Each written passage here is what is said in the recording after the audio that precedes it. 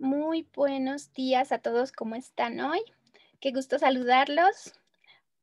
Bueno, nuestra invitada de hoy es Janet. Hola Janet, buenos días, ¿cómo estás? Hola Dianita, buenos días para todos. Qué gusto tenerte acá. Bueno, hoy vamos a continuar con la lectura. Bienvenidos a todos, a Irma, Carolina, Tati, Sirvin, Janet, de nuevo, ¿cómo están? Muy Entonces, bien. ¿estás lista? Listo, bueno, estamos listos, arrancamos. Arranquemos. Es- Estaba bastante seguro de que mi padre no tenía nada que ver con la señorita Higginbottom, de que los niños no copiaban el examen del compañero de al lado en cuanto él se volvía de espaldas, ni intentaban hacerle creer que habían perdido un trabajo que jamás se habían molestado en entregar. Sin embargo, no podía dejar de hacerme una pregunta. Si habían dejado que la señorita Higginbottom fuera profesora, ¿qué decía eso de mi padre? En séptimo curso, mi visión sobre la condición divina de mi progenitor se había difuminado. En ese momento, lo único que podía pensar era que mi padre había escogido, perdón, en séptimo curso, mi visión sobre la condición divina de mi progenitor se había difuminado. En ese momento, lo único que podía pensar era que mi padre había escogido pasarse la vida rodeado de niños. Los padres de mis amigos eran médicos o abogados, operadores de carretilla, elevadora o empresarios.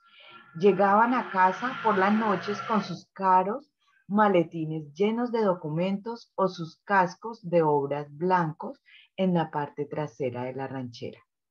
Mi padre volvía a casa con montones de trabajo mal grapados sobre el antiguo Egipto y un sinfín de deberes de fracciones y decimales.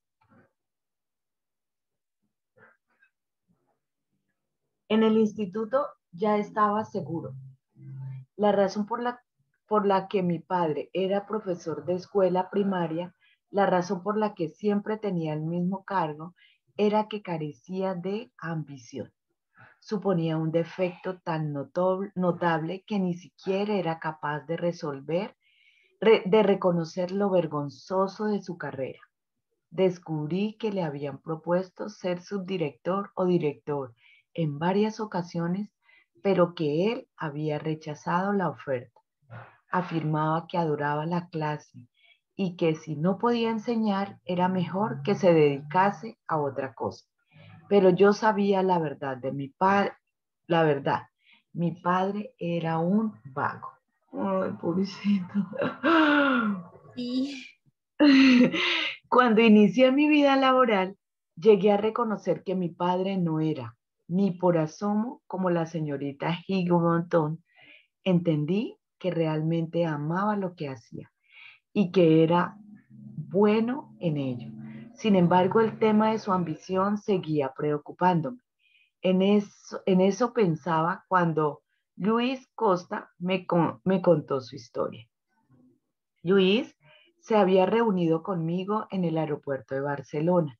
Al igual que Hamed, sostenía un pequeño cartelito con mi nombre. Debía de tener 30 y pocos y, aunque conservaba el aspecto de un niño con el pelo negro muy corto y rizado, llevaba una arrugada americana de color azul marino y pantalones bombachos de color gris. Su corbata de intenso color rojo destacaba sobre el blanco de su camisa. Hola, hola, bienvenido, Jonathan, dijo Luis Costa a tu servicio. Es un gran placer conocer a un miembro de la familia de Julián. Antes de poder responder, Luis me colocó las manos en los brazos, se inclinó sobre mí y me plantó 2 besos en la mejilla. Bueno, dijo, y me rodeó con un brazo por los hombros. Vamos a conocernos mejor cenando y bebiendo una botella de vino. Las confianzas que se tomaba Luis me hicieron sentir algo incómodo. Había disfrutado del tiempo que había pasado con Hamed Ayama, Chava y Siquina, pero mi misión no consistía en hacer nuevos amigos. Yo solo quería los talismanes e irme a casa. Luis me condujo hasta el exterior de la terminal, a la parada de taxis que estaba a la salida. En lugar de dirigirse al primer taxi de la fila, se dirigió al último. Abrió la puerta trasera con una floritura e hizo un gesto hacia el asiento vacío como diciendo, tú primero. Sin embargo, yo no me moví. El taxi estaba vacío, totalmente vacío. Luis, dije, no hay conductor. El taxista no está en el coche. No, claro que no, respondió. Se reunirá contigo dentro. El conductor soy yo. Jonathan, este taxi es mío. Me resultaba extraño ocupar el asiento trasero cuando mi acompañante, fuera o no el taxista, se encontraba en el asiento de delante, pero Luis insistía en que entrase en el coche. En cuanto estuve sentado, abrió el maletero y metió mi equipaje dentro. Vi cómo saludaba y hablaba a voces a los demás conductores al pasar junto a ellos antes de subirse al coche. Luis tenía una alegría que no suele ser muy común en los taxistas, al menos en los taxistas de mi ciudad. Al situarse ante el volante se volvió para mirarme. Bueno, Jonathan, ¿ya has estado en Barcelona? Cuando negué con la cabeza, Luisa sintió. Entonces estás de suerte. Soy el conductor indicado para enseñarte la ciudad. Pero lo primero es lo primero. Debes de estar cansado. Te he reservado una habitación en un hotel genial del barrio del Example. Te llevaré hasta allí para que puedas refrescarte y descansar. Luego te recogeré a las 9 e iremos a cenar al paseo marítimo. ¿Te parece bien? Debía admitir que Luis era un buen conductor. Se movía entre el tráfico con mucha soltura. El aire en el vehículo era fresco, pero no frío. Sonaba música clásica a un volumen muy agradable. Me fijé en una bolsa de tela que colgaba del respaldo del conductor. En su interior había una caja de pañuelos de papel, una botella de alcohol en gel para desinfectarse las manos y paquetes de toallitas húmedas. En un sobre colgando del respaldo del asiento del acompañante había montones de coloridos folletos. Saqué uno del montón. Era un mapa turístico de Barcelona, con guía de museos y galerías de arte. Me pregunté si todos los taxistas de la ciudad estarían tan bien equipados. En cuanto llegamos al centro de la ciudad, Luis empezó a moverse con pericia por las estrechas calles.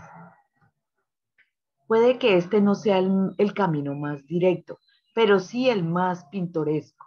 Se me ha ocurrido que te gustaría ver parte de la arquitectura del siglo XIX, de esta parte de la ciudad. Es bastante impresionante. Tenía razón. Muchos de los edificios me recordaban a las edificaciones de estilo modernistas de París y Nueva York, con sus ornamentadas fachadas de piedra, sus balcones de forja y sus enormes ventanales con parteluces. Vaya, exclamé, cuando pasamos por una iglesia llena de detalles con puntas como de arena mojada y redondeadas almenas.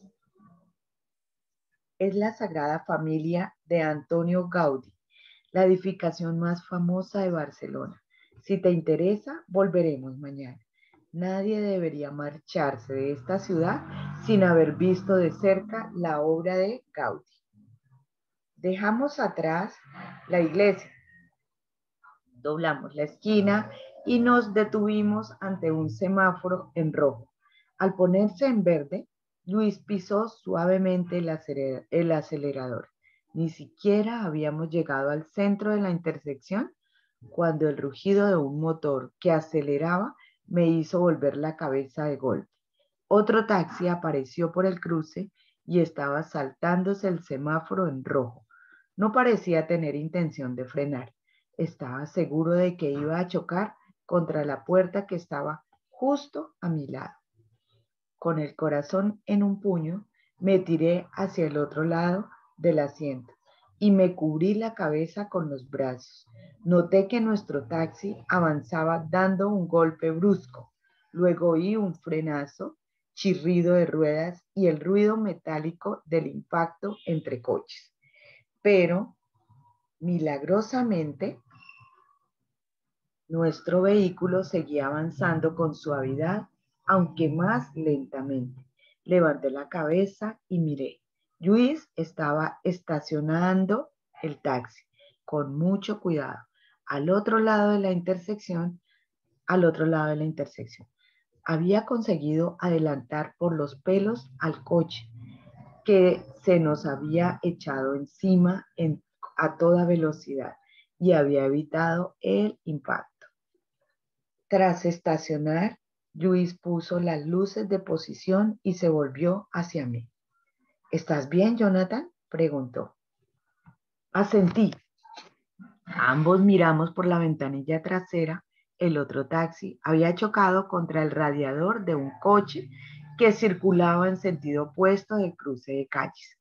Había marcas de frenada serpenteantes en el centro de la intersección, donde el taxi había patinado y el conductor había ido dando volantazos hasta lograr pisar el freno. Antes de poder recobrar la compostura, Luis ya había bajado de un salto del coche y se dirigía a toda prisa hacia el lugar del accidente. Cuando yo llegué, él ya había ayudado a una mujer que parecía atónita y a una pequeña niña asustada que viajaban en la parte trasera del taxi. La mujer se sujetaba la cabeza y Luis estaba agachado hablando con la pequeña. El conductor del coche contra el que habían chocado había conseguido abrir la puerta y estaba de pie en la acera, algo inestable.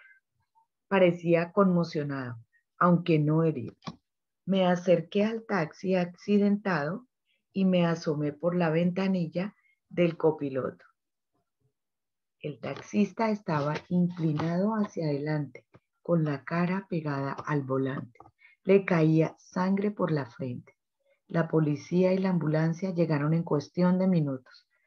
A esas alturas, el taxista había recobrado la conciencia e intentaba explicar a Luis qué había ocurrido.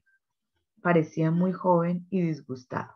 Al final, los paramédicos se acercaron y echaron un vistazo a las heridas del taxista. Mi anfitrión y yo nos acercamos al coche patrulla para prestar declaración ante la policía. Luis me hizo de intérprete y luego esperamos a que la pasajera del taxi contase su versión. Los paramédicos se ofrecieron a enviar otra ambulancia para llevar a la madre al hospital para que le hicieran un chequeo, pero la mujer dijo que tanto su hija como ella estaban bien. En cuanto la ambulancia se fue y los policías se marcharon, Luis volvió a acercarse a la mujer y le habló con dulzura. Al final ella asintió y Luis se volvió hacia mí. La he convencido para que me deje llevarla al hospital, solo para asegurarnos de que está bien. Espero que no te importe otro pequeño retraso, Jonathan. Por supuesto que no, respondí. Luis regresó al taxi tras acompañar a la mujer y a su hija a urgencias. Siento que hayas tenido que empezar tu visita a Barcelona de esta forma, Jonathan. Por favor, no te preocupes por mí, dije. Debo admitir que el accidente me ha puesto un poco nervioso, pero si Luis no hubiera sido el conductor de mi taxi, las cosas podrían haber ido mucho peor. Me sentía afortunada, no tratado injustamente. 20 minutos después, Estacionamos frente a un edificio de piedra blanca, ventanas arqueadas y maceteros de forja. Un portero de librea estaba situado frente a una gigantesca puerta giratoria con ribetes dorados. Luis aparcó en el lugar destinado a los taxis y saludó al portero con la mano antes de bajar del coche. Vi cómo corría a abrirme la puerta, pero yo descendí antes del coche. Luis sacó mi equipaje del maletero. Al aproximarnos a la entrada del hotel, el portero saludó por su nombre a Luis e intercambiaron unas cuantas palabras mientras el trabajador del hotel nos abría una pesada puerta de cristal situada a un lado de la puerta giratoria. En cuanto estuvimos en el vestíbulo, Luis saludó con la mano a unos botones que se dirigían hacia nosotros y fue directo a la recepción, donde estaba el conserje. Detrás del mostrador había un hombre alto y delgado leyendo. Al levantar la vista y ver a Luis acercándosele, levantó las manos y exclamó: «Buen día, Luis».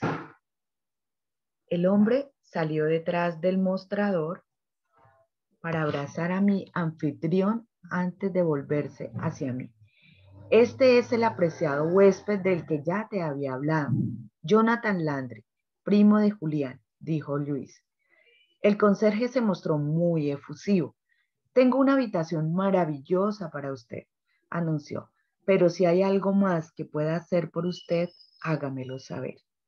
Me dio la llave de una habitación e hizo un gesto al Botones. Me despedí de Luis y seguí al Botones hasta los ascensores. Mi habitación estaba en la 8ª planta. Respiré hondo cuando se abrieron las puertas y entré a toda prisa antes de arrepentirme. Cuando llegamos arriba, el Botones me abrió la puerta, dejó las maletas en la habitación y se fue. Era una estancia elegante, grande y espaciosa, con enormes ventanales con vistas a la calle y un parque a lo lejos.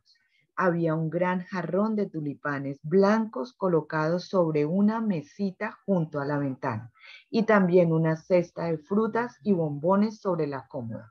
Me quité los zapatos con los pies, me tumbé sobre la amplia cama doble y saqué el móvil.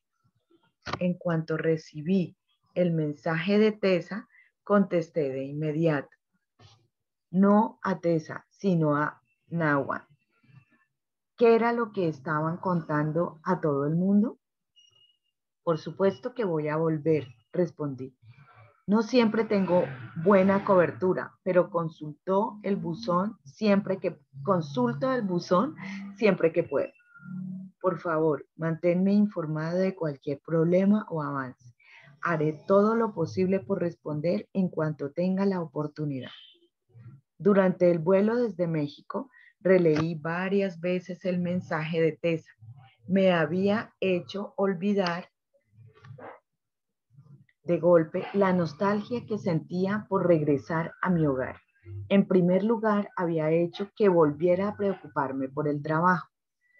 Nawan estaba aprovechándose de mi ausencia para quedarse con mi puesto. Siempre había confiado en ella, pero ¿había sido demasiado ingenuo? ¿O era esa la forma en que David se vengaba de mí por haberle causado tantos inconvenientes?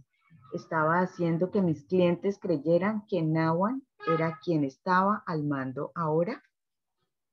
Mientras no paraba de obsesionarme con toda clase de paranoias, seguía escuchando el eco distante de las palabras de Julián. Las personas que desconfían de los demás desconfían de sí mismas. Quizá debiera andarme con cuidado, pero aquella preocupación tan desmedida no me hacía ningún bien. Además, no me gustaba cómo me hacía sentir. Sin embargo, el mensaje personal de Tessa era más engorroso que mis preocupaciones laborales. Por supuesto que había surgido algo entre Tessa y yo durante los últimos meses. Era una de las cosas que me aferraba cuando todo empezó a ir mal. después de una discusión con Anisha o de una noche solitaria en mi piso, llegaba al despacho y veía la cara sonriente de Tessa, aunque siempre había sido algo un tanto ambiguo. Con el mensaje, Tessa lo había convertido en algo concreto y real. Cuando volví a presentarme en el vestíbulo del hotel a las 9, localicé enseguida la silueta bajita y acicalada de Luis.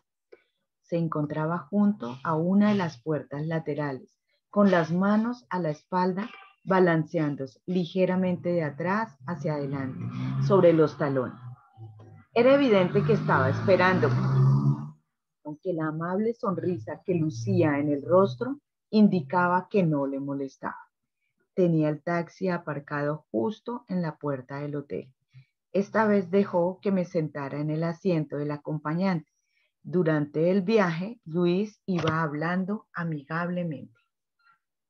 Qué lástima que te quedes un poco tiempo.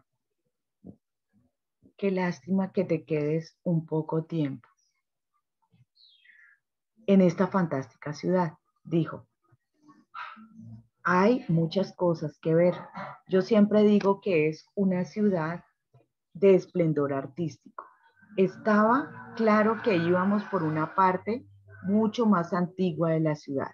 Las calles eran cada vez más estrechas y oscuras. ¿De verdad? Pregunté.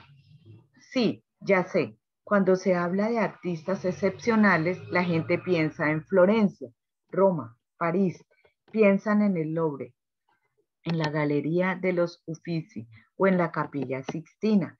Pero Barcelona es la ciudad de muchos de los grandes artistas del último siglo.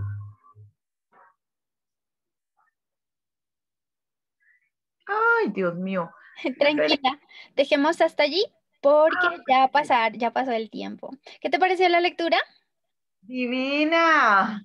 Sí, ¿verdad? ¿Cómo te sentiste? ¿Qué te gustó más? Ay, no, me encantó. Yo amo a Luis.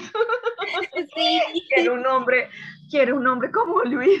sí, súper servicial, ¿verdad? Sí, sí, ama lo que hace. Sí, Ese es como el exacto. mensaje, ¿no? Qué rico amar Sí. lo que se hace, no interesa lo que hagas, amar lo que uno hace, qué emoción. Qué chévere porque cuando uno ama lo que hace, o sea, estás como al servicio, estás disfrutando, estás, lo que comentábamos un poquito ayer, estás como en esa sintonía de que viene para mí, para estar al servicio de los demás y no solamente estoy disfrutando, sino que también estoy pendiente de mi entorno, ¿verdad? Perfecto, sí, señora. Muy lindo. Sí, hubo una frase que me gustó que dice, las personas que desconfían de los demás desconfían de sí mismas. Yo siempre lo había pensado, no sabía era cómo decirlo, pero es verdad. Cuando una persona cuando desconfía tanto de los demás, yo lo que decía es una persona en la que no puedes confiar, ¿sí? Porque está desconfiando hasta de él mismo. Sí, es complicado, sí, es complicado y a veces como empezamos, como pensamos que los demás puedan hacer, que puedan hacer por nosotros y a veces simplemente son lo que dijo él, son paranoias, ideas que nosotros mismos nos ponemos en nuestra mente, ¿verdad? Janet. Sí, Dianita, muy, muy bueno, qué rico. Voy a tratar de conectarme, seguirme conectando porque me pareció espectacular. Gracias, muchas gracias. No sé si alguien más quiera compartir sobre la lectura de hoy. Yo, Claro, buenos días. buenos días. Sí, mira, también estaba presente a eso, a que uno no puede dar de lo que uno no tiene o de lo que uno no es capaz de ver. Y ahorita, Tatiana, era, cuando tú decías que la gente que dice que no se puede confiar, yo siempre cuando escucho a alguien que dice, ay, Ya. no, no hay amigos verdaderos. Entonces yo siempre le respondo, o sea que tú no eres un buen amigo o amiga, bueno, lo que sea, Ujú. porque sí, total. O sea, no es alguien de fiar, porque no tiene la capacidad de ser amigo. Era eso a lo que me puso presente hoy la lectura. Sí, es verdad, sí.